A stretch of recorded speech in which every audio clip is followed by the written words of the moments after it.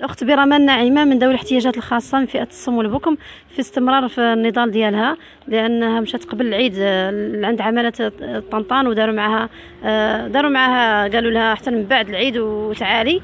وجات السيدة من بعد أنها قامت بعملية انتحار وجات لدارها وعيدنا، والمهم من بعد رجعت نهار الأربع وفي الآخر ما داروا معها شيء، لأن قالوا لها سيري حتى من بعد يعني إلى أجل غير مسمى. واستمرت في النضال ديالها وهي ما كطالب حتى شي حاجه من غير تسويه الاوضاع الاجتماعيه ديالها، لان السيده معاقه ويتيمه من الوالدين ويتيمه من الحقوق، وبغات غير ومتنصل منها المجتمع، لان اصلا هي من ذوي الاحتياجات الخاصه واللي نص عليها محمد السادس. والسيده ما كطالب حتى شي حاجه، كطالب فقط بطاقه الانعاش، لان بغات غير باش تعيش، بغات غير لقمه العيش ديالها. المهم هاد الناس هادو ما داروا معها حل. والسيد الباشا صيفط لنا واحد السيد من جمعيه حقوق الانسان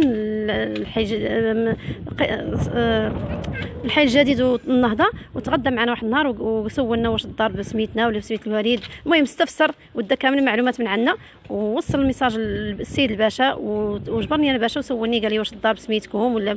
المهم هو كامل المعلومات راه عندهم، وكلهم راهم جايبين الاخبار بان مسكينه راه بكمه، وهي كطلب فقط غير بكارتيه الانعاش بطاقه الانعاش. صيفطوا السيد الباشا، صيفط واحد السيد من جمعيه حقوق الانسان، صيفطوا السيد الباشا.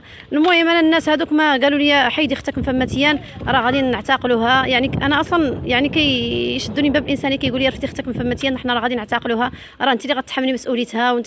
والسيده من بعد مشات وناضلت واستمرت في النضال ديالها، وقالوا لها بانك يعني عمروا لها محاضر، جوج محاضر اللي عمروا لها طريق، وتم اعتقالها يامس في الكوميساريه ديال مدينه طنطان، وقالوا لها اذا استمريتي نهار الاثنين بالنضال ديالك راه غادي نصيفطوك للحبس، يعني غيتم الاعتقال ديالها.